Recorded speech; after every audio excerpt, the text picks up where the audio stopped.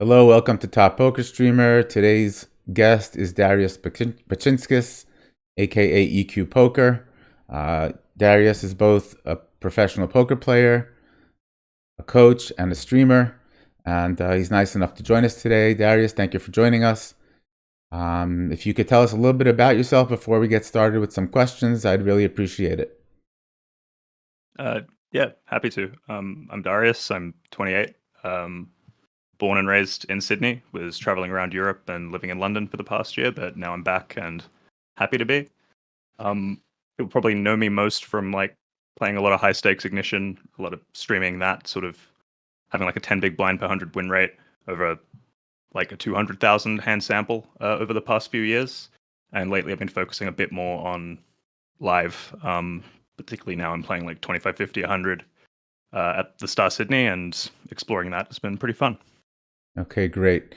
So let's go back to the beginning, when you first found poker or your first experiences with poker. If you could tell us your age and how you came to poker and why it interested you at such an age. Yeah, I've been into it as long as I can remember. Really, like my family was always really into games, and I remember playing just for like M&Ms, like blackjack and poker with some family friends, and just realizing that there was luck involved, but there was a strategic element to it, and you actually could win. Like even there, I saw layers of it, and as I started to read about it and realize people were actually doing that for serious money, like there were a lot of professionals out there, I realized like that was something I could pursue, and something about that just always appealed to me, like finding edges in games. I don't know. Okay, so when Um, did you go from playing with friends and family to starting to play, let's call it for real, whether it be online or live? If I'm correct, you started online, but if you could take us through that process, how you got from one to the next. I had some friends in high school who were pretty into it, so like we were playing some schoolyard games for like stakes that we probably shouldn't have been. And from there, I got pretty into online. So it was pretty easy to get accounts for free rolls or whatever back in the day. Um, but it pretty much like as soon as I was 18, I was applying for stables and trying to get involved in just like basically anyone who would back and coach me, because I realized I had so much I didn't know, and also I didn't have the funds. So it was like, okay, I'm 18. My parents have this pressure on me, obviously, to do something with my life. I dropped out of high school at that point. I really needed to turn it into something, be seeing some sort of progress. So I just applied to everybody. And I think, yeah, I started learning quite a bit then, but like my progress was moving up the stakes, like actually sustaining myself, didn't really take off Right? at that point. What do you find led to that now that you look back at it, in terms of holding you back? It was, I mean, definitely just sort of like mindsets, emotional blocks. Like it just poker meant way too much to me at the time. Like it really was like life or death, all or nothing type situation. Because and I basically felt like I needed overwhelming success, unrealistic success to happen immediately by luck, or I wasn't going to be able to like make it quickly enough. So that just wasn't tenable. Like that wasn't actually doable.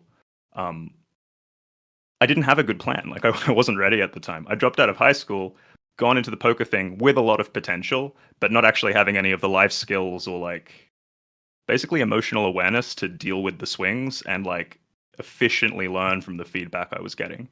It was very easy to just like have advice that I was open to, but ultimately would fall on deaf ears because it was too challenging for me to be implementing it. Or if I would change one thing, I would change everything. So I didn't have enough stability and just clarity in like who I was as a person and the reality of like what poker was. I think that's a skill set maybe some people have more intuitively, like certainly helps in poker. I see a lot of people also just develop it over a really long time. Most of the pros coming up these days, it seems like they're sort of starting in their early 20s after finishing uni, and then doing it in a much more studious way. My way was a lot of reading random forum posts and then just like running at it, at least for the first 5 years. So it took you about 5 years to make that realization that something's, I mean, obviously you probably realized it as you were going, but I was going to ask, when did you find that realization that, you know what, the game is good, I understand the game, I get the ideas of the game, but something's wrong and maybe I need some coaching or however you move forward. Yeah, it took probably about 4 to 5 years when I realized it was like a problem with me and how I was responding to things, and not like that I just needed to study harder. It wasn't just doing more of the work, which is sort of the feedback I was getting. At least that's what I was hearing from people around me. Is just you need to study harder. You're still new to the game. You got to learn all this stuff, and all of that was true, but I was blocked from actually doing that. So I sort of just burnt out in the end. Like the stable I was in for spin and goes just sort of dissolved, and just like walked away from that. And then I had a lot of time to think and just assess my options, and I didn't have the bankroll to like make it in live or playing online. So I took my first proper extended break from poker and feeling like I had to make it and just like grind up and hit this score. And stepping back from it, I was able to see just what an unhealthy pattern that was. Like it just wasn't going to get there. Um, and then from stepping away from it, I just did all the stuff that I was sort of meant to do. I got therapy. I started exercising, started eating well. I just talked to people. I re-engaged with like my life as a whole. So poker stopped being an escape, and it started actually being something that I could see are going to serve me in my life. Like, what am I actually doing with this? So when I went back to play it again, I was just playing much lower stakes, letting it be simple. I wasn't beating myself up. I wasn't overcomplicating it so much. I was just starting to win consistently at smaller stakes because that desperation was gone and the pain of losing was pretty much non-existent because it was no longer life and death. And then at that point, I just started winning and viewing, okay, maybe this is a hobby, but maybe it'll turn into something. Then about like 18 months later, I was winning at 200 L on apps, had been winning live. Then I applied to Poker Detox for the third time and got in. And then, yeah, then things really started to click because then I had very groundbreaking advice at the time, a lot of inner work and clarity over like why I was actually doing this. So I was fully committed, which I think is one of the most important things, like being all in, but not in a way where you're desperate. Like you have to be fully commit, put all the chips in and be willing to lose. Try all of it, put it all on the table and still maybe fail. That's one of the really scary things. But if you need to win, like if you're not able to lose, you're not really all in, you know, like that's the trap. Right. So I sort of thought that the burnout and the stress was helping me, but it was actually a sign that I was like overextending myself and that it wasn't working. And then other people maybe just dabble and then you're not getting anywhere, right? You're not digging deep enough. Did you feel like you were playing well and it was just the volatility of the game and the ups and downs that were getting to you? Or did you feel like that pressure, inhibited you from going further, and how that led you to being coached? And maybe you could talk a little bit about your being coached experience. So it's like I was able to like intellectually understand what was being said. I could like ask questions and engage. Um, but I think like I would essentially just get triggered into like a fight or flight type state where like now I couldn't process the information objectively anymore. Like, you start getting into almost like if you tilt hard like me or like emotions have a strong hold on you. Um, that classic thing like fear is like false evidence appearing real.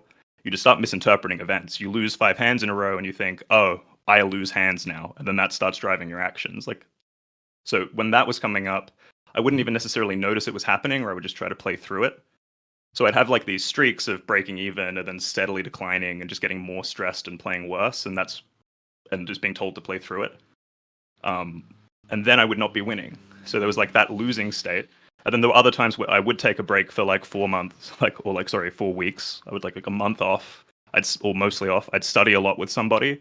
I'd bring a plan together. I'd go in. I'd really implement, and then play a little bit less. And then I'd have really good results for a few weeks or a month. But then at some point, the variance would usually trigger me into like, oh no, it's falling apart again, and I would lose. That was sort of the pattern. So I kept having these tastes of like like I've seen my ceiling. I know what I can do, and then it would all fall apart.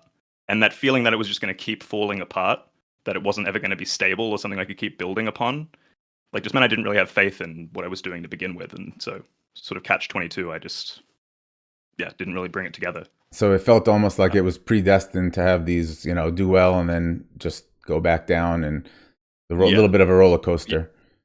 Yeah, roller coaster, 1 step forward, 2 steps back, definitely. And yeah, like if I got there, I wouldn't have known what to do with it, Like success wasn't, what I actually wanted, I don't think. So what were you looking for? And then if you had to think back now? Escape, I think. I think it was escapism. Because in hindsight, and I see this a lot, I think there's a lot of professional poker players, winning players, who I think are essentially addicted to it, at least in some sense. Because it's very intense, it's very all-encompassing. I mean, it's a very fun video game with gambling. You can just get into a pattern of just grinding, and it's kind of sad. Yeah, yeah, that can get to you.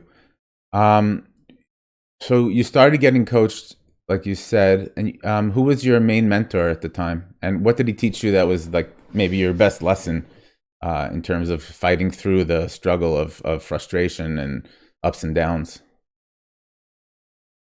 So Nick Howard on YouTube really got through to me at the time. And what he was saying was this big emphasis on essentially like talking about these sort of things, saying this is a common experience, it makes sense, just outlining the problem and going like, okay, when this happens, there's a tendency to like beat yourself up and overcomplicate and change your game. That instinct is what's leading to these cycles. Like, stop putting more pressure on yourself when variance is hitting you. You know, that's like just overdoing it. Like, you can't do better. You can only do your best, you know? So let it be simpler, focus on where the money comes from, like let it be easy and just kind of relax through that period. And something about someone who I viewed as successful and like everything they were saying was making sense, conveying that to me, like let me sort of try that out instead of my usual mode of getting more stressful and like shutting down. And then it just started to work. It was like, oh, I'm worrying about these things that aren't actually such a big deal. But the more I worry about them, the more they seem like a big deal. Like when you don't know what's important, it's hard to prioritize. And so like you start losing in poker and you think everything is wrong. Or like you don't actually quantify like, am I just running bad? Like where am I playing bad? That's really hard to tease out. So yeah, just being able to ease out of that sort of like downswing mindset and continue to let it be easy, and realizing that really good strategies actually end up looking simpler at the end. It might be complicated to arrive at them, but then they're simple and they're straightforward and they tend to be repeatable. You know, it's not some go into the matrix and come up with some genius play all the time. It actually can be pretty simple. Yeah, I think that a lot of poker players confuse winning and playing correctly. And over the short term, playing correctly obviously can still lead to losing. And over the long term, as long as you can keep your balance, you should be able to be a winning player. But obviously, as you have mentioned, that can take time and the frustration does get to you. And a lot of people do lose confidence in themselves and either just go down the wrong path and lose it or quit or whatever. Yeah, Um, and I think that I think that sort of how we relate to that journey, how we relate to ourselves through that process, that's the sort of EQ side that is so often neglected, basically. okay, we'll get to EQ in a second because that'll lead towards the next question. How long were you playing till you really had, playing correctly with the coaching till you felt like, okay, now I understand, now I can play, now I have, the stability in terms of whether it's financially or mentally to handle it. Once you were already playing with coaching, how long did that take to get to that level where you felt really comfortable? I had moments of it at different stages in my career, but when was it?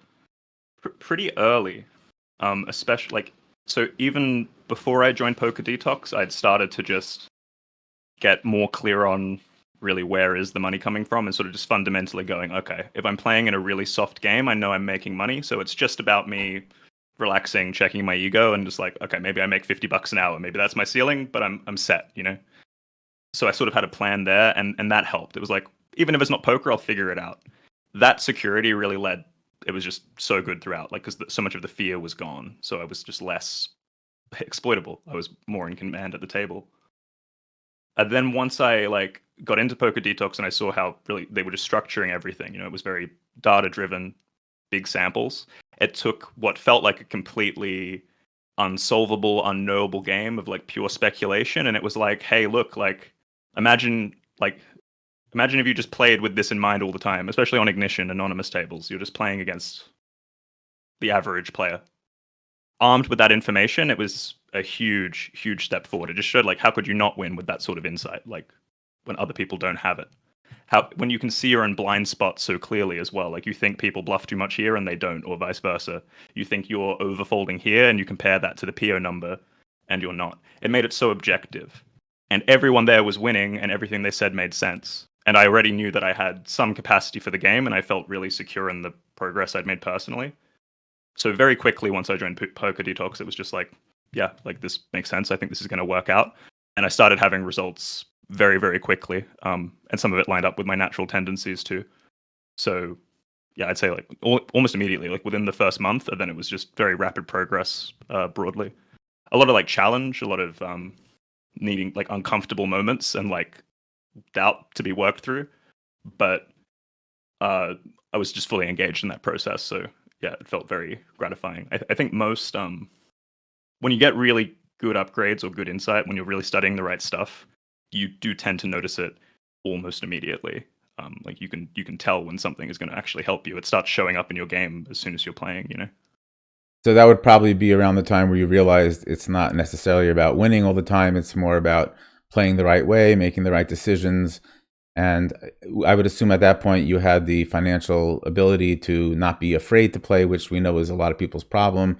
You know, when you sit down and you're playing on case money or borrowed money where you're playing with fear, you can't always make Yeah, the correct play.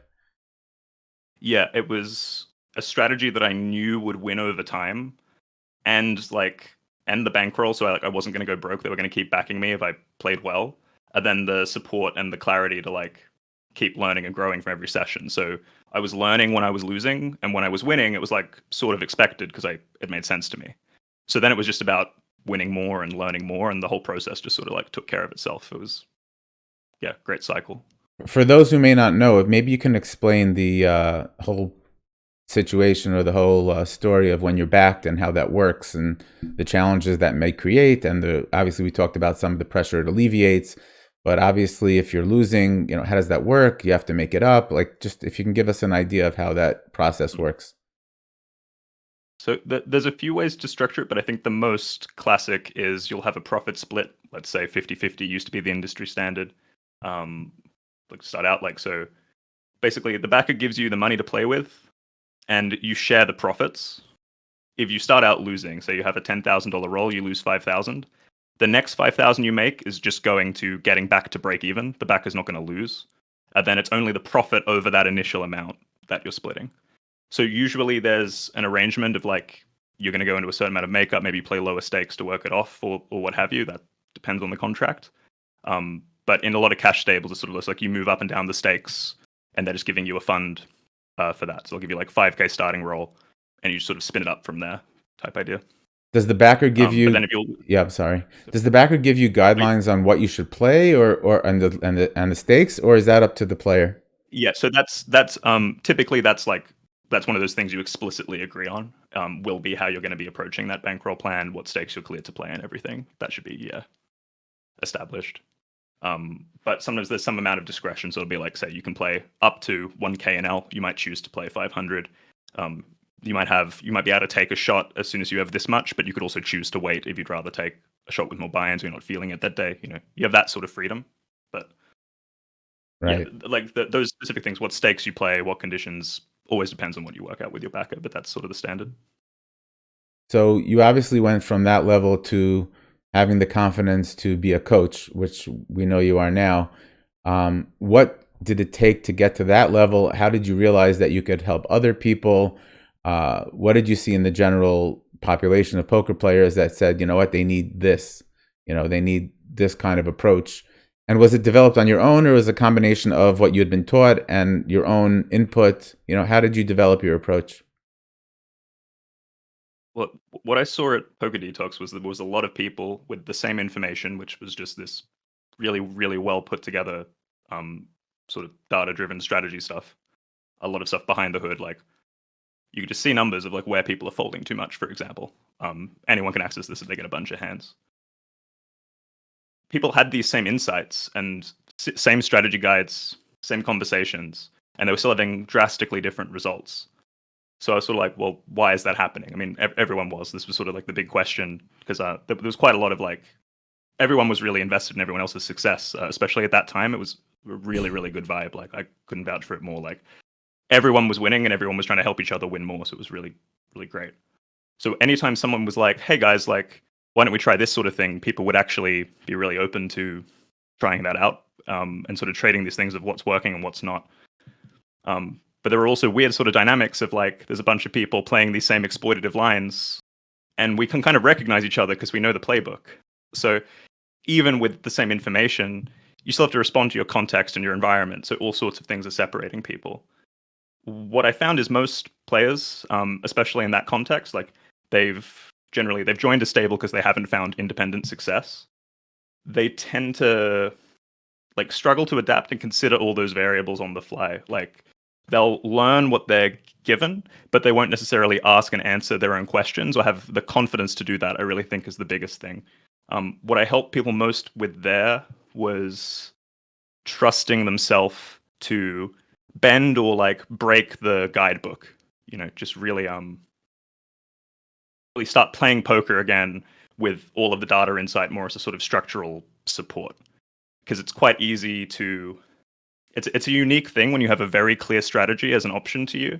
A lot of players, when they tilt, they'll just start playing a little bit wild, a little bit unpredictable. One thing can happen where you have a really explicit guidebook or a standard is that you just start leaning on it too heavily and you start taking the responsibility away from yourself and you just stop noticing these subtler things that are going on. Help people a lot with that and just process in general, like how they're thinking about the game, how they're relating to the game, how they're studying, how they're reviewing their hands. Because even with this information, how to implement that, how to apply that, where are you applying it, where are you missing spots? Just doing that dutifully is quite hard to do independently for a lot of people. So would that go to being, maybe you can explain a little bit about GTO and how that plays into it, but it sounds like it's more than just GTO, as you're saying. There are the nuances that you need to pick up on. So maybe if you could just explain GTO a little bit, how that plays into your coaching style, and then we can talk a little bit about EQ Poker itself and what that means and how that affects your approach. Yeah, GTO is an interesting one because I think people mean many different things when they use the term typically.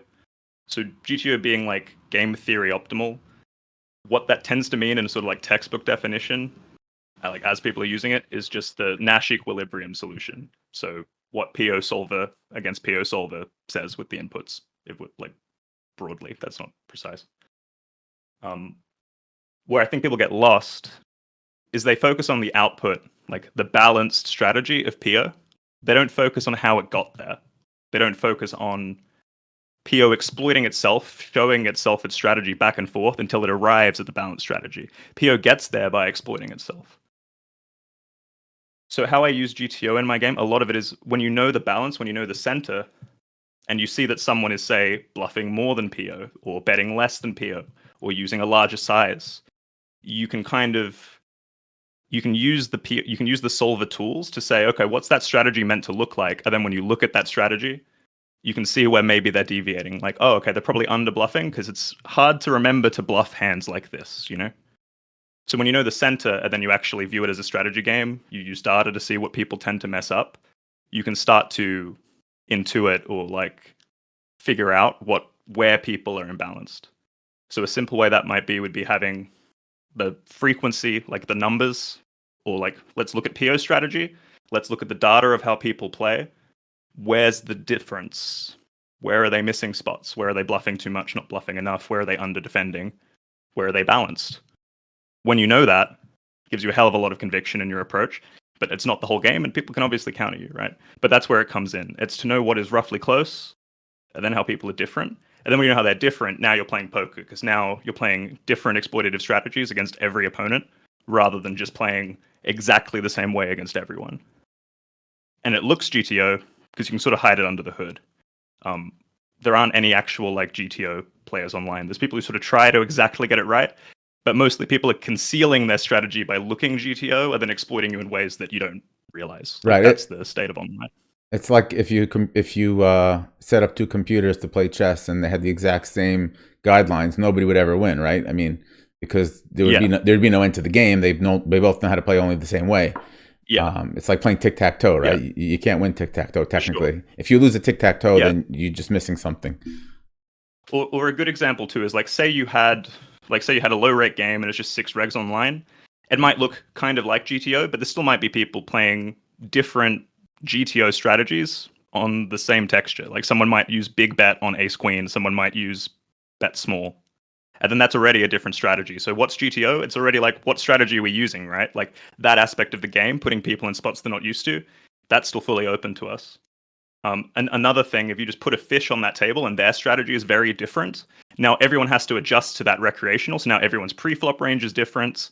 And so you can't just be memorizing stuff. So you see, it's about understanding like the process and like why it's doing what it's doing and how the game's just sort of working and how you want to play in practice. That's always what we're working on. It's not just memorizing some solution and copying it.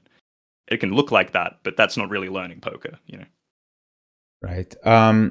So I have asked you this before, but we talk about the name of your website as well, www.eqpoker.com. All the links to Darius's socials and his website will be in the description below. If you can just explain the origin of the name EQ Poker, what it means, the different aspects of that name itself, if that's okay. Yeah, so EQ Poker, good ring to it, but it's sort of like EQ, like equalizer and balance, EQ, emotional intelligence, emotional quotient, like IQ, and equity. I think all those things are sort of wrapped up in it. The big thing I tend to emphasize, because I think it's so de-emphasized in the rest of poker, is the EQ, emotional intelligence aspect. Yeah, that's what I wanted to ask you. If you could explain when you talk about emotional intelligence, what it means, how it interacts, let's say with GTO, like we discussed, in terms of changing maybe your approach. So if you could explain that would be great. So the way I think of it practically, it's more of just a sort of different dimension or like aspect of what's going on to like be aware of as you're playing. It's more like it's awareness of your emotions and the emotions of others and the dynamics of that and how they're influencing how we behave, how we're influencing each other. Um, if you ignore that or you think that you can't make any use of it, because a lot of us don't have much experience with that, it isn't talked about very much. It's easy to disregard it. It's hard to give a succinct definition because it comes into play in so many different ways. Like a lot of people would talk about it like mental game as well. I think mental game has this total emphasis on the head and thinking and logic, and it de-emphasizes emotions and like feelings and actual presence and embodiment and like what's happening to you when you just get check raised on the river for $20,000 and you've never been in that spot before. The solver goes out the window in that moment. That's where EQ comes in. It's actually going, okay, what am I feeling? What's going on? I'm scared. This spot is really weird. All this stuff's going on. I'm feeling all of these things. Does that mean I should fold, or does it just mean that I'm scared? Like, if you can't tell what those signals mean, you're going to be at a disadvantage in that environment. And if you aren't aware of it, it's going to drive your behavior without you even knowing it. You'll just automatically fold all the time there. If you don't have emotional awareness, if you don't have emotional intelligence, people are going to be taking advantage of that at the poker table, and you're going to be missing opportunities to do the same. Yeah. If you could explain, if you don't mind, and maybe we'll go through a little more as we get through your ignition play, how EQ or emotional intelligence applies to the online game as well as a live game, and if there's any differences or it's the same, that would be helpful. Online, it tends to be a little bit less intense because it's less, innately social. Live, you're there with other people looking at you. So when you say start to tilt or like you lose a big pot and you feel sort of deflated and they can actually see that on you, people pick up on that really quickly and they'll pounce on it. You can see that same dynamic playing a six max game. Like, say someone loses a stack, then they lose another stack in a cooler fashion, and then their like timing on their next action sort of changes. We can sort of start to predict and like guess what that might mean, about their behavior. Um, a way it applies, I think, more importantly and more directly, that's easy to neglect. Like, how are you relating to yourself when you make mistakes? How do you feel at the end of your day? How do you feel about your study process, like as you're going through that? Like, are you connected to it? Because I think when we're doing something that is like really, really good for us, like we're really on what feels like the right path, it's going to be satisfying. Like you can just tell, like it's a full thing. Otherwise, we're sort of just we're cut off from a lot. We're just cut off from so much.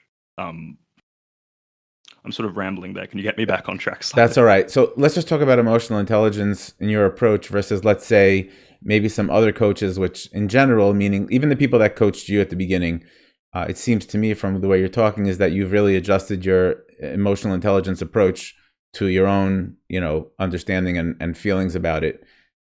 So how is that different than, let's say, other coaches? And where is the, extra value that you bring with the emotional intelligence?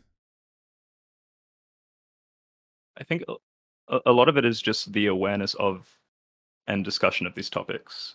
If you're working, if this is something that you have any challenges with, like some people just don't struggle with this particularly, but if implementation and emotion, if those are more of your challenges in the game, or if you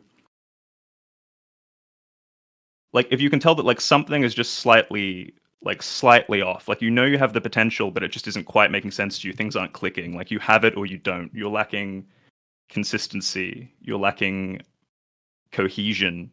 um it can be really tricky to work on those things purely through like a mindset coach or a therapist who doesn't really understand how these things directly relate to the sort of triggers and situations and experiences that you actually come into in poker. Like a therapist can't tell you how to deal with being like berated at a high stakes game by a gangster in some casino for like half your roll, or I don't know. That's a weird situation, but you get what I mean. Just navigating the challenges that poker brings to you, it helps to have someone who's actually like been in that arena. What I bring to the table is combining that with actually currently actively playing high stakes online, high stakes live, and at this point a decade of experience, 5 of them where I've made 6 figures every single year. um yeah. Switching a little bit to, you mentioned that playing in known and unknown pools. If you can explain your playing online history in known pools and now your Ignition Poker unknown pools, and how your approach is the same, differs, how you adjust, um, please. Yeah, cool. So like, yeah, the difference between like known and unpools or like anonymous and screen name sites is just that an anonymous site, like no one actually gets to collect a history on you. No one gets like thousands of hands against you like they would playing 200 Zoom on PokerStars. So when you don't have a history, you're much more like the average player on that site. So on Ignition, the mindset is closer to looking for a recreational player and looking for a regular player and working out just what they tend to do. And until you get a bit more history, you're kind of playing an unknown. And so that leads to more of a general meta type approach, whether you try to play balanced in GTO, or what tends to happen more is that people will play very, very imbalanced strategies. They will say be always bluffing or never bluffing for a size, or over bluffing and rarely value betting for a size in different spots. And you're never going to get history against them to prove that. So you've just got to guess against the average guy or sort of feel out like this unique exception in the moment without much data. When you play on PokerStars, you play on these screen name sites, the regs are studying a lot more. You've got big samples on each other. So if someone like just bets river a lot, you start to see that. You can actually look at these trends. You can remember, oh yeah, a week ago I played this guy and I remember this hand. You never have that on Ignition. It's a reset. So yeah, a lot of people hate that environment. A lot of people love it. It creates a pretty spicy situation. Right. So talking about, for you yourself, in situations where, I mean, if you look at a lot of the cash games today, in the high stakes especially that we watch, I don't know if this is the regular, but sometimes you can sit down at a table with a bunch of gamblers, just throwing their money around, rich people that don't really care. And so how do you adjust to that? Do you stay in your GTO frame, or is it a lot more of adjusting than in a typical game where you may know some of the players, or obviously in an unknown pool you don't, but what's the approach to that? Because you walk into Vegas, sit down at a table. Now, obviously, sometimes you're going to have, as they say, all the Europeans, and you probably want to run. But if you sit at a table that is totally unknown and there's action like crazy, which people raising with hands that make no sense and stuff like that, how do you adjust to handle that kind of situation? It's kind of hard to say because it changes everyone at the table so quickly, because usually if there's someone opening that wide, everyone kind of knows, or it's someone opens, you get 5 callers. So the situations that like change things the most, they're almost more about the action in front of me than like player specific reads. But then I'm playing those players more often, and that's a really unique dynamic. And yeah, seeing someone in person feels really different than playing again the average recreational online or something. There's just definitely a lot more to go on in terms of, I guess, archetype. Like you can definitely have different reads based on country, based on the jewelry, gender, race of a player. You can make certain guesses generally, which are just going to be a little bit better than not having any guess at all. You know, it's a lot of poker. Just there's 1% more likely you're bluffing. That's something. Like What do you prefer to play? Do you prefer to play online or do you prefer to play live? lately, live. It was online for the longest time. I've been really just craving live lately. I think partially for the novelty. I've just been enjoying getting out of the house more. Like since I've been traveling, just coming home and like staying in my office all day has felt really tricky. So yeah, live has been exciting at the moment. Also, just good games. I don't know that I'd like to be playing like 5-10 or something as much. Right. Can you explain why 5-10 as opposed to the bigger stakes games? Why you wouldn't want to, or Oh, just like how do I put like it just definitely it's more fun. It's a weird thing. Like people have more fun. They're more involved, but also able to like sort of let it go at the higher stakes. Like everyone different spectrums of like pro to rec. Like it's a really nice vibe. Sort of gets scheduled. It starts sort of early. It's just it. I just enjoy playing with all the people there. Part of it is that it's just like regular, and of course it's more exciting. Just sitting and like I've done my time at like 5-10 and low stakes. The games are soft, but also like rake is pretty high, especially in Sydney. And yeah, it is partially about hourly for me at this point. I'm sort of yeah, these new challenges are exciting. I think it's just the novelty right now, really. Online was the most fun when I was still fully immersed in like that sort of technical study aspect of the game. But then I got to like a level of precision where it's like it's a little bit less exciting. You know, you get diminishing returns. Now I just want to look someone in the eye and like say all in again. yeah, I think it goes to that emotional intelligence. It seems to have maybe a bigger involvement, or you know, There's a lot more to do with it. Yeah, spots are more unique. It feels like it's less about precision and it's more about does he have it or doesn't he? Like that does really come in a lot. It's less what's balanced and more okay, based on these three weird things that happened, is he probably bluffing or probably not bluffing? That's not every spot, but that's this whole layer that like definitely comes up live a lot that I'm noticing. And I think people that's one thing people shy away from, you know, to just actually play the guessing game. It's like all of the online theory stuff trains you to not do that, but yeah. I think it's the right. So how many years have you been coaching? At this point, 5 years, I think. Yeah, like I about a year into detox, I started doing quite a lot of internal coaching, and then once I moved away, it was a big focus of mine. Yeah, about What do you 6 years. find the hardest lesson to get across to your students, and what do you find they adopt to easier? Hmm.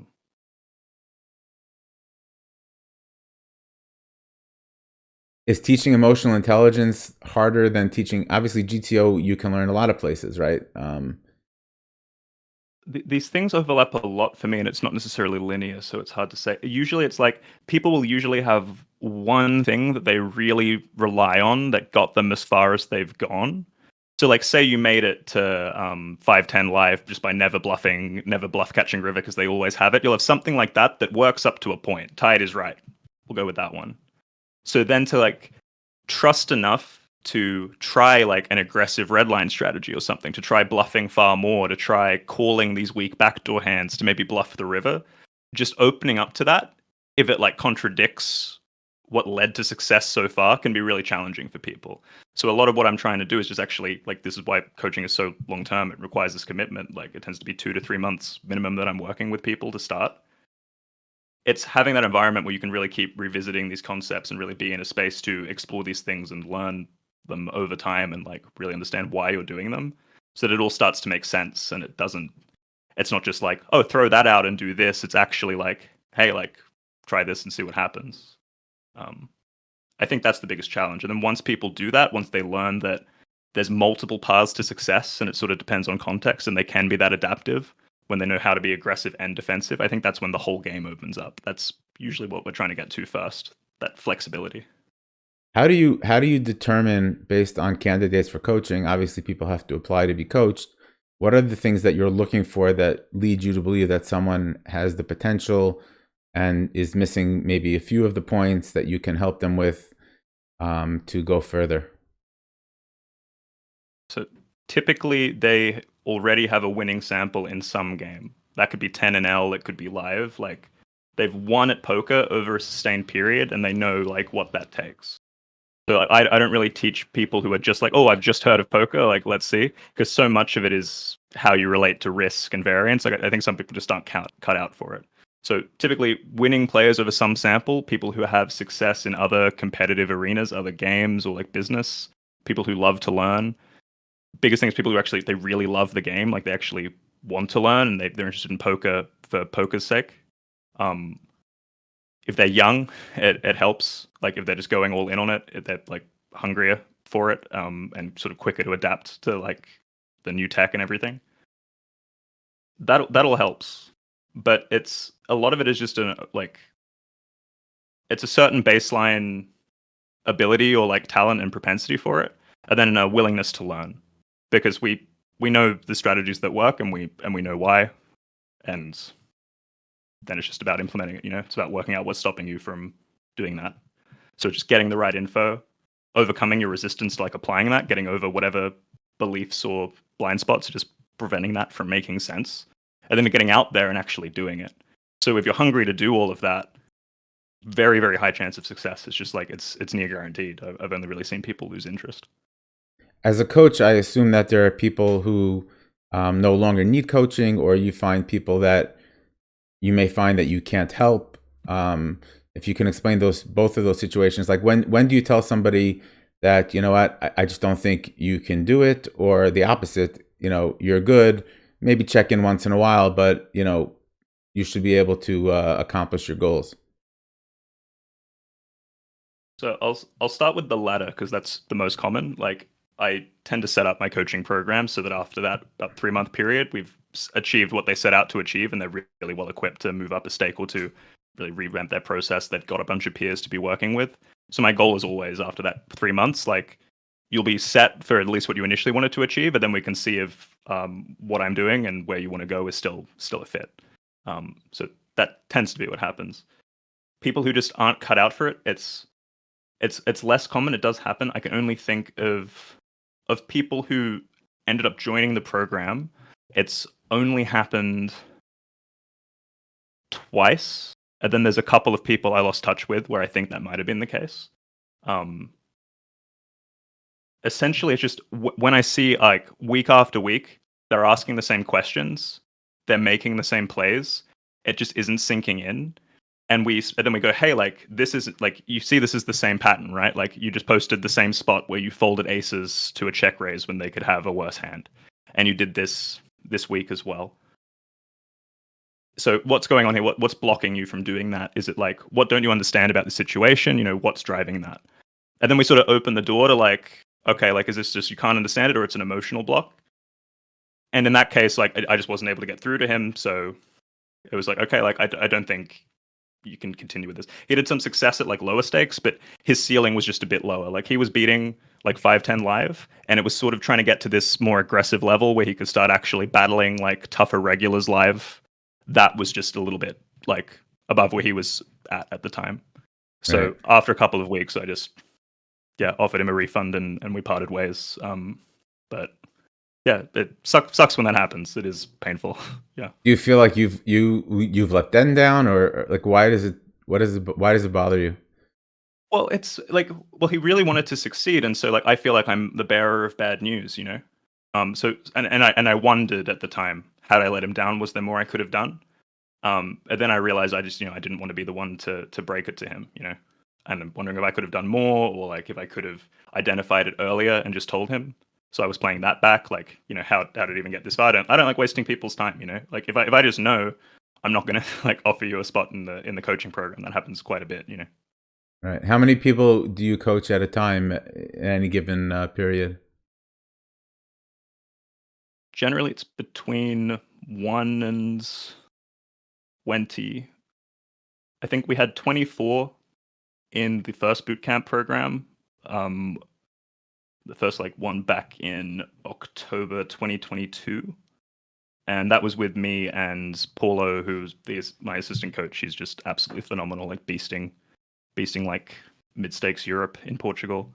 That was fantastic. And we were just doing like 2 group calls a week, and really great vibe.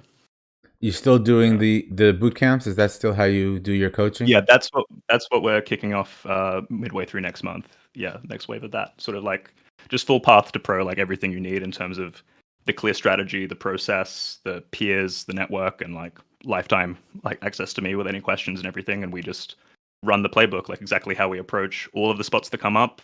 I'd extract all of the money from the weaker players, and we run that for 3 months. And at that point, you see what an elite level like sort of process looks like and feels like, and you can continue that as much as you want to. During that 3 months, how often are you having the sessions or the lessons?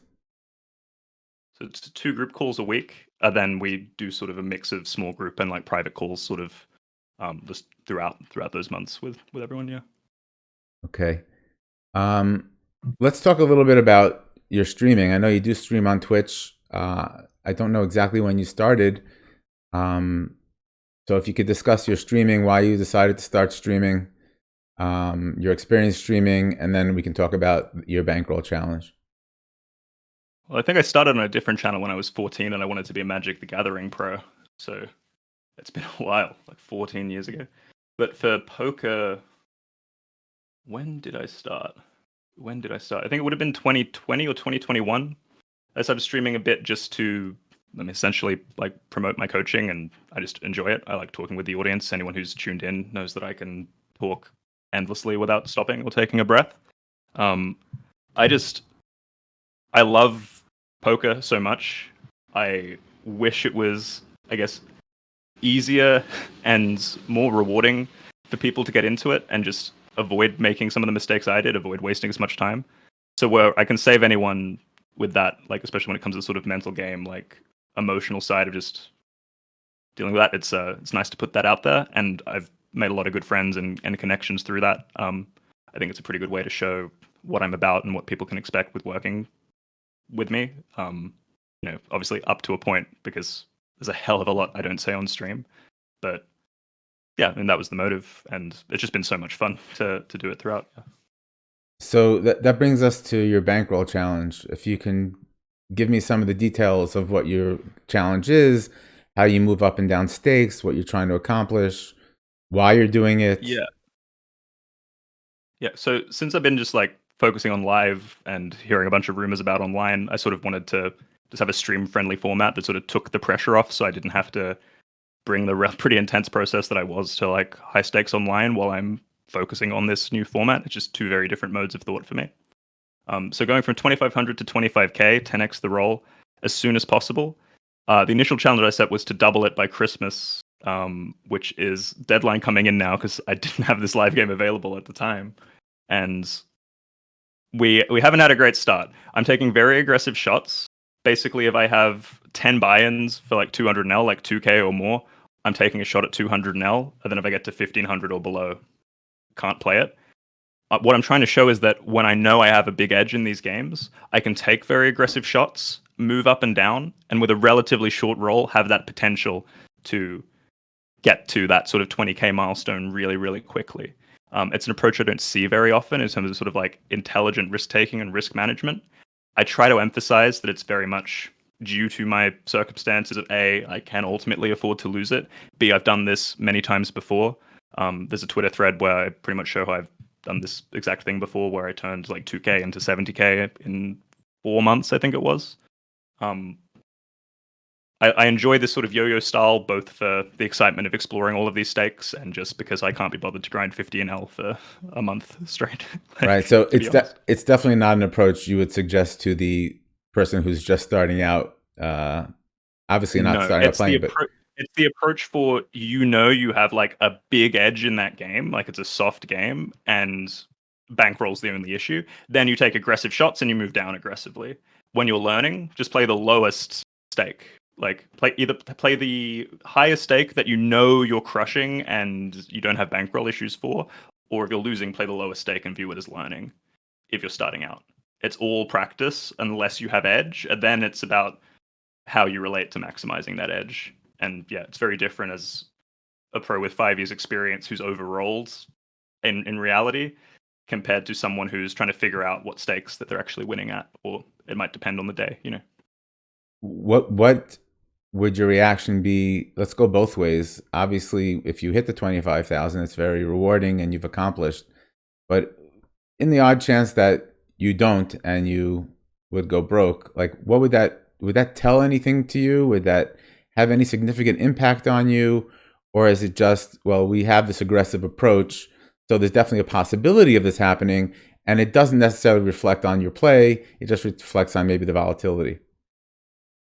I think that's a really good question, because there's definitely a chance I go broke. I'd say the thing that it would say to me is probably that I wasn't fully committed and taking it very seriously. Because, like, say, all of that upside I'm mentioning, some of that, there's definitely a hastiness for me to just get there. And so far, the pattern has been I do very well at 100 L, and then at 200 L, I just lose. Um, so it's sort of interesting to see how it plays out. I am partially doing it for that pressure. Yeah, I'd say that I would probably, it's most likely to happen if I'm impatient. Like if I'm not willing, I say I don't want to play 50 and L, that might be exactly what I have to do. If the bankroll gets down to 1K, I got to play 50 and L. I need 10 buy-ins for that 100 and L, you know? So if I get there and I'm not willing to move down, that's the way I'd get it taken So, out, I think. so that's where emotional intelligence would come into play, your own emotional intelligence. Exactly. Yeah. Exactly. And I am not claiming that I am a master of that. I'm absolutely susceptible to like falling into these same things in these environments. That's some of like poker's a wild game. It's crazy. Like when I play high stakes live, full new thing where I have to bring these same things in, playing micro stakes online where like I'm like, what are these weird lines? Like different patterns are coming up. I'm losing in all of these ways I've never seen before in my life when I play like 25 and L. It feels so chaotic. That's different than how you lose in like your regular 500 L game online. There's just like you get used to whatever environment you're in. At least for me, I'm very environment sensitive. As you stream on Twitch, and you mentioned now that you have live cash games, which obviously are going to impede on your time in general. Where do you see yourself after your bankroll challenge? Is it something you'll continue to do? Will you set another challenge? Like, what do you see your future streaming looking like? If there's, I'm not sure what the future streaming will look like. I imagine it would shift more to an actual sort of planned or like educational format or sporadic sort of just playing stakes. The plan right now is assuming I continue to enjoy live, like online is just practice for live. So much less streaming. At least of like me just playing cash games online, I think would be a lot rarer. So this might be the last hurrah. We'll see.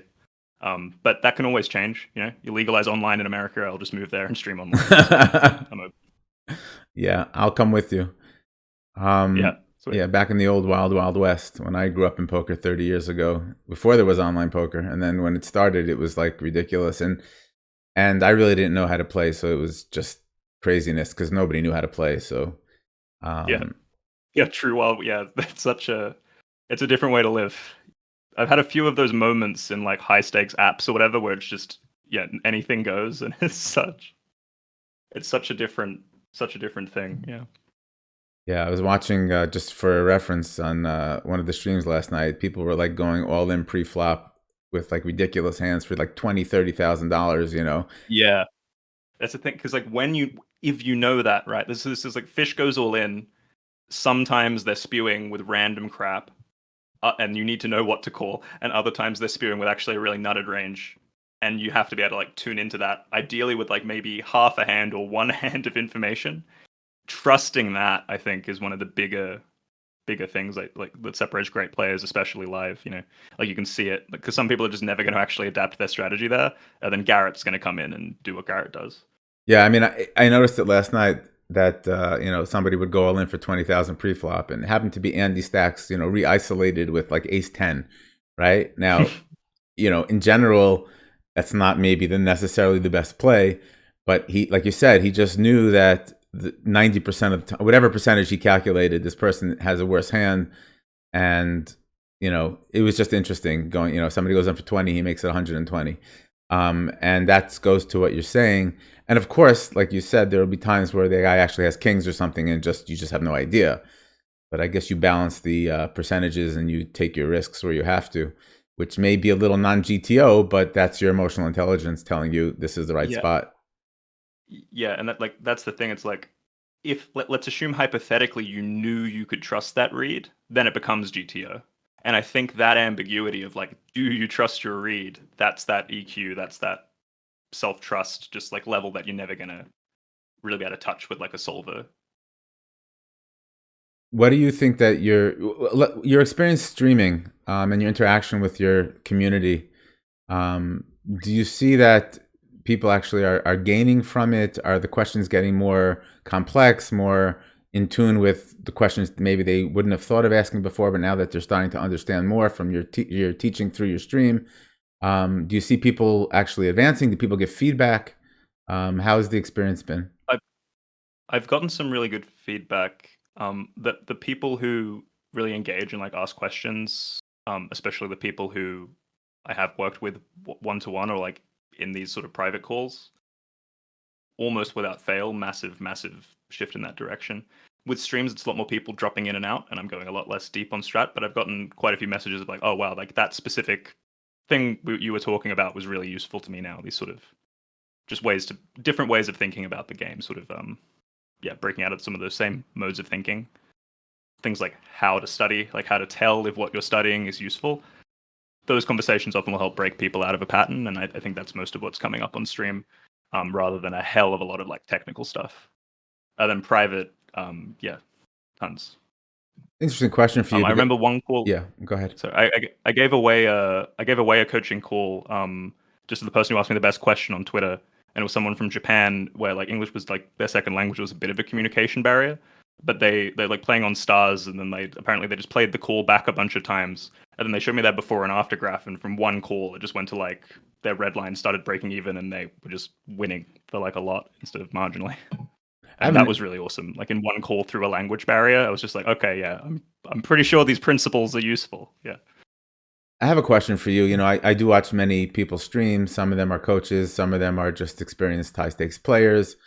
And different coaches and different players have different approaches. So like I've watched streams and learned something here, and when maybe you should check raise when your kicker is not as good as when you have a better kicker. So you don't check raise because you have a better, you know what I'm saying? There are certain things from certain people, which I don't even know if they're correct. Obviously, in some ecosystem, they're correct. But I'm watching so many different people that you're getting different feedback from different people. So how do you know what is the right way to play when you have pieces from all these different professional players? Yeah, I'd say there is no right way to play. Ultimately, there's like a lot of very solid approaches. It's got to be your game ultimately, right? So I think assuming all of these people like are winning players that like can do, like let's say just take 5 vetted good coaches, they've got good results with winning students, it would be better to at least initially commit to really understanding their overall framework and approach, or how you can have your own overall stable framework. Like what is the stuff that never changes in every poker hand, and then what are the sort of principles you're leaning on, because some of that is just like if you just get used to a certain style, you know, like if you practice big bet or check, or you practice a small high frequency bet strategy, screw the theory. Like whichever one you practice a million hands of, you're going to get a lot better at. So there's just a need to sort of commit to one and really take that all in. To one approach, yeah.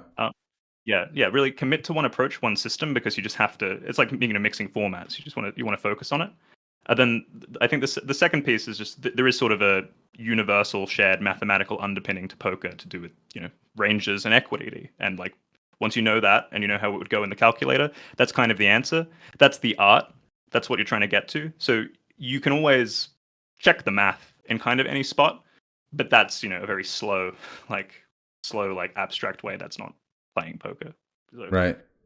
what I'm saying is you can understand that what connects all of the poker games, and that will help you. That's why you can, like, some people can play Omaha and Hold'em and crush like Linus or whatever. Right. The legends. So let's talk about some of your experiences personally. Maybe you have some stories about where, you know, you were in situations that you recall, maybe lately even, since you're playing a little bigger in cash, where maybe it was challenging for you. Where are your challenges today that you find you need work on, and how often do you come across them, and how do you deal with them? Hmm. I th- so lately the big ones have been burnout and like overextending myself, I think. Um how do I put it? How many hours do you play per session? Maybe we'll start there. That might help get to. Yeah, so like what came up with live, right, is like I just got to this live game. It's great, very exciting. Pretty much, I dreamed of playing stakes like this one day. And then it's like I know that live tends to drain me. I'm not used to it. It's unfamiliar. Commute to the casino, all that. And it was just running like day after day. So I ended up playing like 4 days in the week, like 40 hours, like with everything around it, and like coming home late, like 50-hour week, and then like more sleep deprivation as I went on. It wasn't super intense, but I played worse and worse every session, and I won the first two sessions and lost the last two. Coincidentally, I could tell my play was deteriorating, but navigating that balance of like this still feels like a good spot. I'm pretty sure I do have edge if I can play well, but do I trust myself to play well? The ambiguity in that is still something I'm like working through, because there's being better prepared in the moment, more experience, being able to take care of myself and be energized as I go there. There's learning my limits, but then there's also just making those judgment calls. And in any new setting, it's like tricky to feel those things out.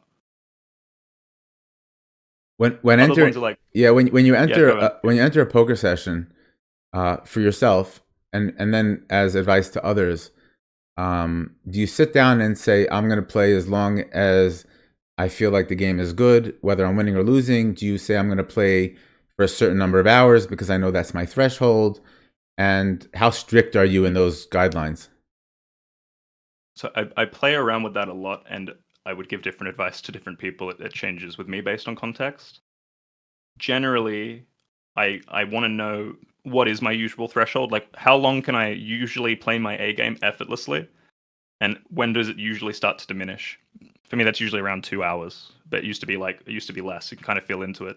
If I slept badly, maybe it's 30 minutes. The more I know that, the better. So then I can sort of check in around that point and go, how am I going? Because if I am just playing well, why quit? You know. But then you get into circumstances where now it does start getting into judgment calls, and I've seen players have very, very different success, because you have to consider how you're actually going to relate to these bigger trajectories. Like, can you be tired, punt your stack, go home with no money in your pocket, sleep well that night, and play well the next week, and not be miserable and not make the rest of your life worse? Because if Right. you can, and then other people are punting harder than you, probably a great seat to be in. But if you're going to be miserable if you don't win, I'd say that's a F from the go. It's like you break even at best, or you lose, like, emotionally. I don't want Right. to set myself up into like a rigged losing game. That's usually the advice I bring to it. So at the start of my session, I'm checking in, like, do I want to play? Where am I at? Like, do I think I'm going to play my A game? Like, what am I actually going to expect from myself today? Like, where am I at? And then if I want to play, I'll play. Sometimes there's two things I got to work through. Um, but I think that check-in process and then doing that periodically, because if you get hit in the face, you might be in a different frame of mind. That's most of what I would bring to Right. it. So that's yourself. I think most people play, I think, too much, especially when they're losing, and they don't. They'll overextend themselves. You can just play less, just take breaks. It's really underrated. But Yeah. I'm struggling with that in live. I think like this implementation now, where it's like, oh, this is juicy and emotions are running high. I'm having to learn to implement it there, just actually to have the discipline. Also, as you mentioned, going to a live setting where you have to actually go to the casino, you have to park the car, you have to Yeah, walk to the. So like you're or I can putting. actually lose a seat. If I Right. like, I can't just walk away for 45 minutes. I Right. have to be back in 10 minutes. Right. So there's these constraints now. So I actually have to learn to do this under pressure, bigger stakes with people looking at me, and that's where, like, okay, maybe that is too stressful for me to do 5 days a week right now. So just being able to navigate that and actually admit where I'm at and come to it that way. Start where I am, even though I want to play all day, every day with the huge role. I'm not there yet. So And also, getting you're to it. you're balancing your coaching in your time, I assume. So even if you're Yeah. playing 40 hours a week, you're coaching. I don't know how many hours you coach a week, but that makes your work week probably what 60, 70 hours minimum. Yeah, and yeah, exactly. It's not. It wouldn't be sustainable. I'd have to alternate. Yeah. So yeah, just setting those limits too, being able to do that. So I think what it's going to probably look like is 2.5, 3 days a week, and then like 2 to 3 days of coaching, and then really conscious rest. But actually, that was a big lesson for me too. Really, like resting and recovery is a huge part of like the job, and then just also, of course, taking care of myself. Like poker is a stressful thing to be doing, even when everything is going pretty well. Um, Easy to forget that. Like, but I think everyone should probably take more care of themselves anyway. I don't think that's unique to poker. I agree. You talk about, I guess, self-awareness, right, at the table and realizing, how you're feeling, what was, what was your like shortest session where you said, you know what, I got to the casino, I got all the way here, I spent all this time, but you know what, this is just not it. I've left immediately. Have you really? I've walked out the rotating door pretty much. Yeah, for sure. And how does that Yeah, feel? How does less that off feel? like usually like if I'm in the frame of mind where I can do that, usually it feels pretty good. It feels liberating because it's like, who does that? It's like I checked in, I decided I don't want to be here, and I exercise my right to leave. It's either that or I'm showing up and I'm just like kind of anxious, and then the anxiety drives me out.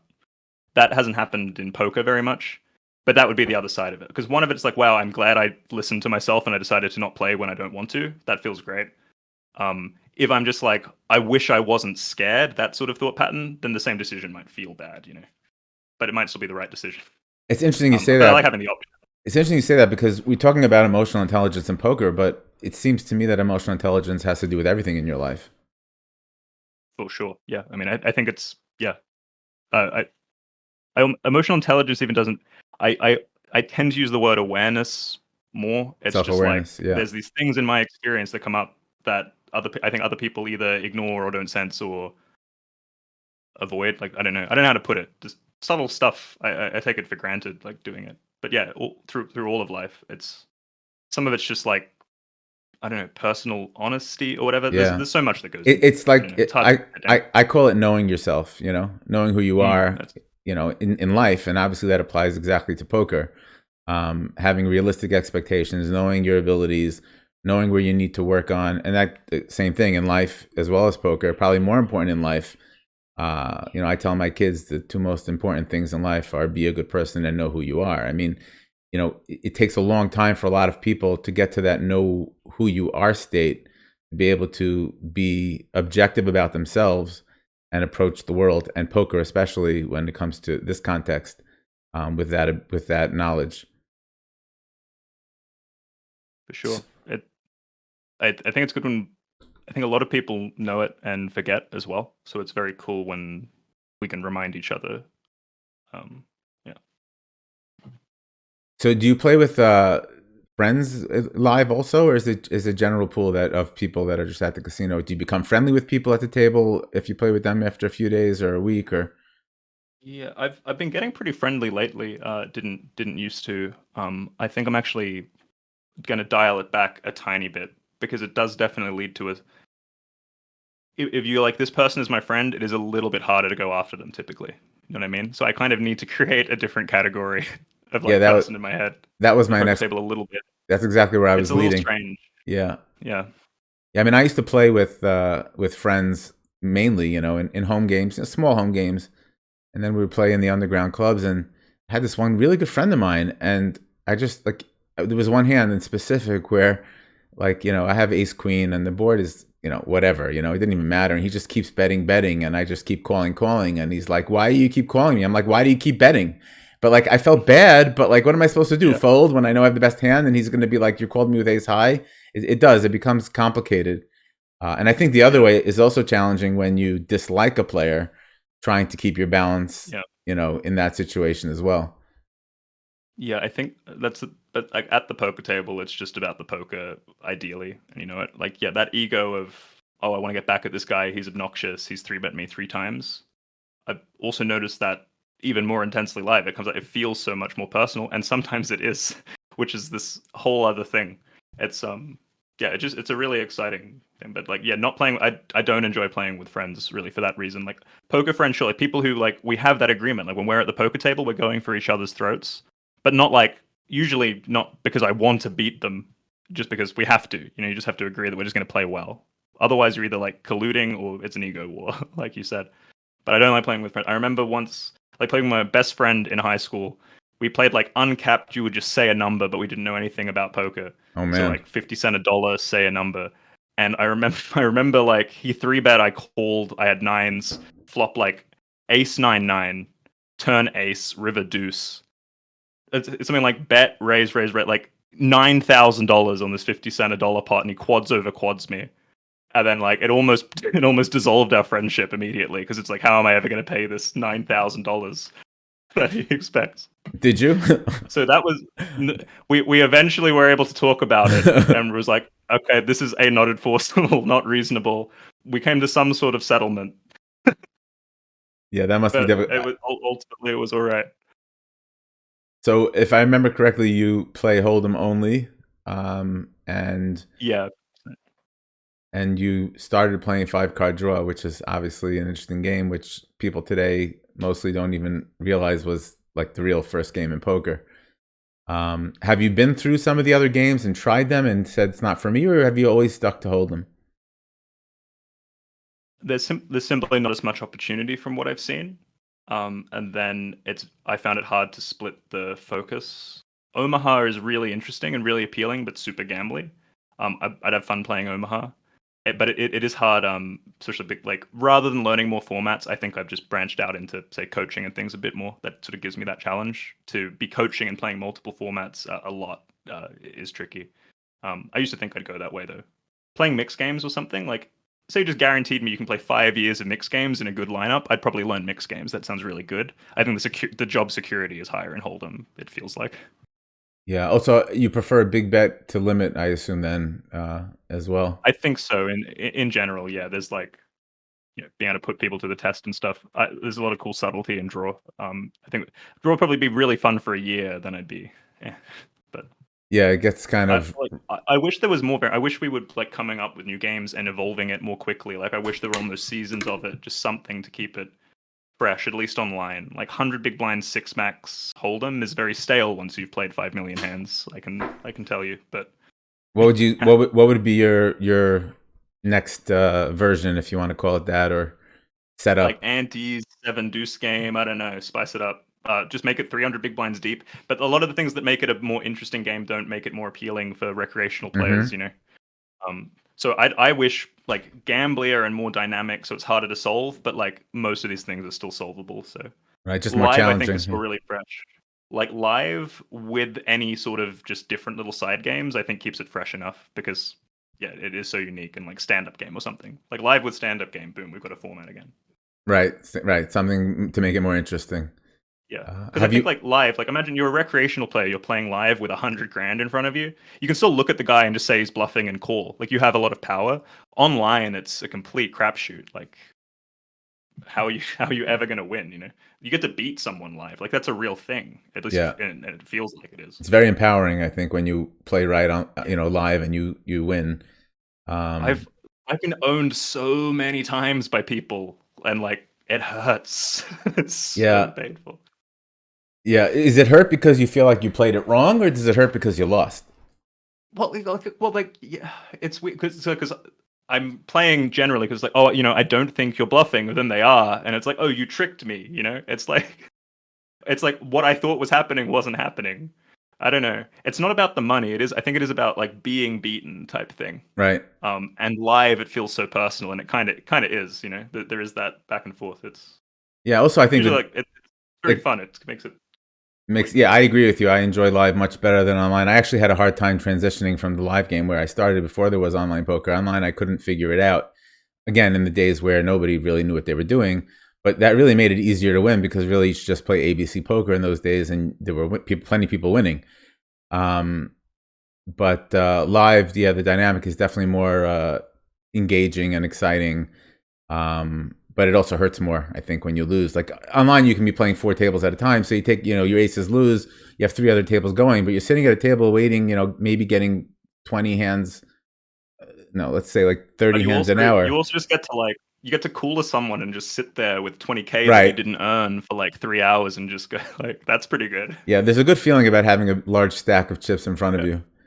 Um, And then like I like that. And then the battle of like, say you start out losing a stack, and then you're sitting there and you kind of want to steam a little bit because you feel stuck. Like that is like an opportunity to do the EQ thing to actually like look in, go, why is this even bothering me? Like that is poker. Why is that a problem? I think is a really like, why am I upset at all about this? It makes sense that we are. It's really normal, like typical, I guess. But it doesn't really make sense. Like why? Like why are you miserable? Why did you choose to play if like losing a bind is going to make you miserable? right. I asked myself the question when I was sitting there recently. It comes up. Right. So I guess it's not that you're upset about losing the money. It's more like you're upset at how you got there.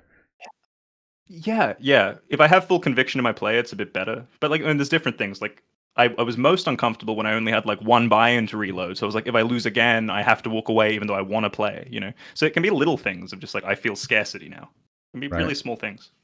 Right. Okay.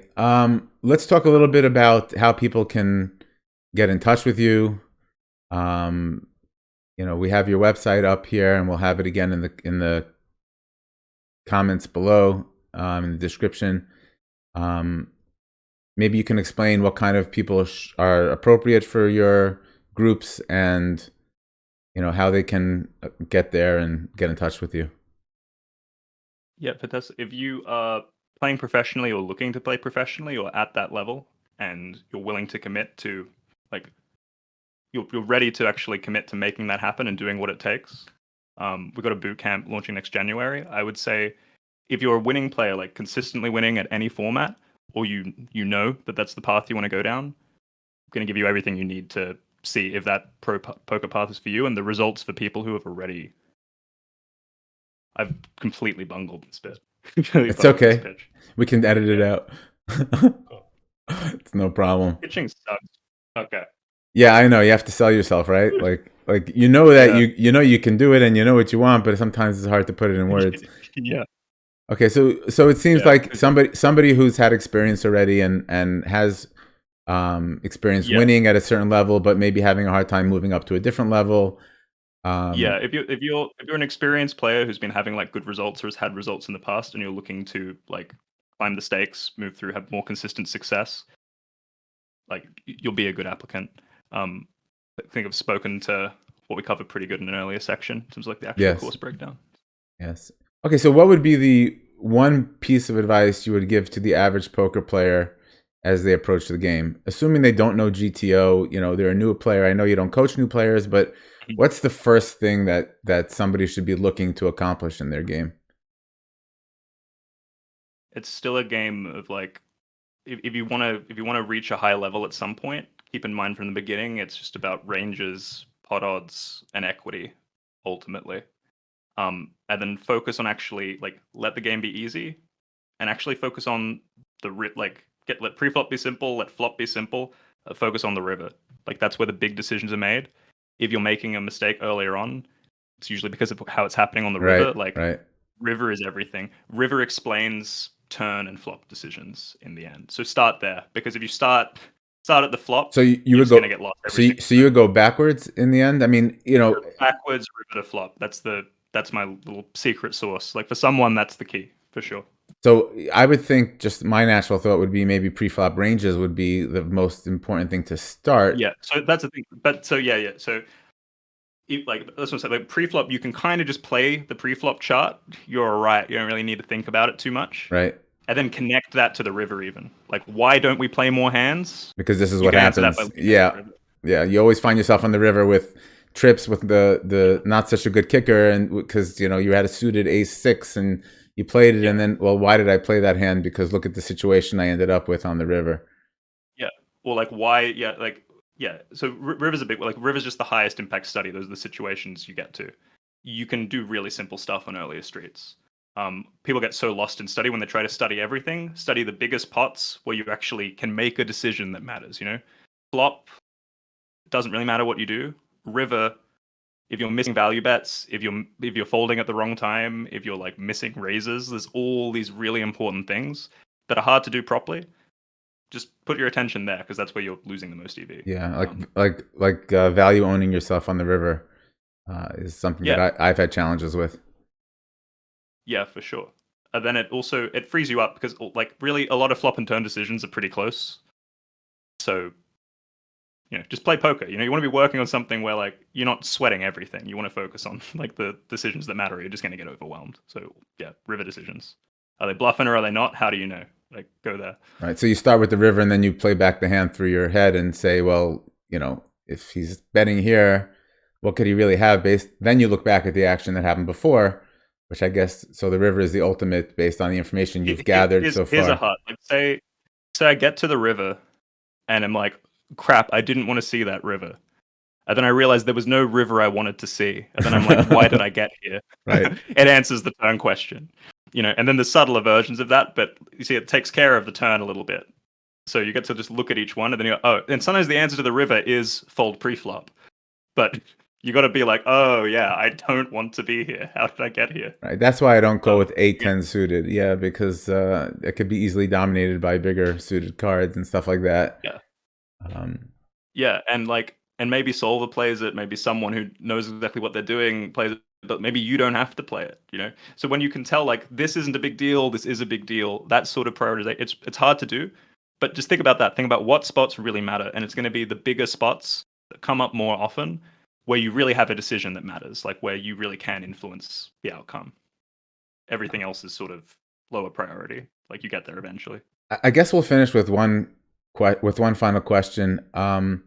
Obviously, you've developed your approach and your coaching, but we do know that poker is a very dynamic game, and from year to year or every couple of years, there's a major shift in the meta of the game and the approach of the game. I think we've been sort of in the GTO era for a while now, but with your style, how do you feel about challenges of the game maybe changing over time and how you adjust to them and teach that way? I'm so excited for it. Change benefits my style, I would say, because like I take so much of this GTO era, like fundamental stuff as a given. Like this really is the baseline. Everyone knows this. It's free on YouTube. Everyone has a GTO Wizard subscription. It's how you actually use it. It's how you actually adapt to a changing environment. That's the theory. That's the GTO that I talk about.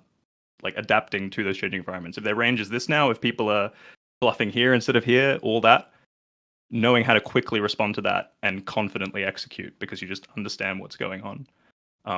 A lot of players I work with, the ones who've had the most financial results, I'm really equipping them to go into like big high stakes live situations, like supposed with a lot of whales, unique formats, crazy play. They're not necessarily the most studied in these formats, but they know how to adapt and they know how to make money on a strategic level. They know how to quickly identify where are people making mistakes and what am I going to do about that.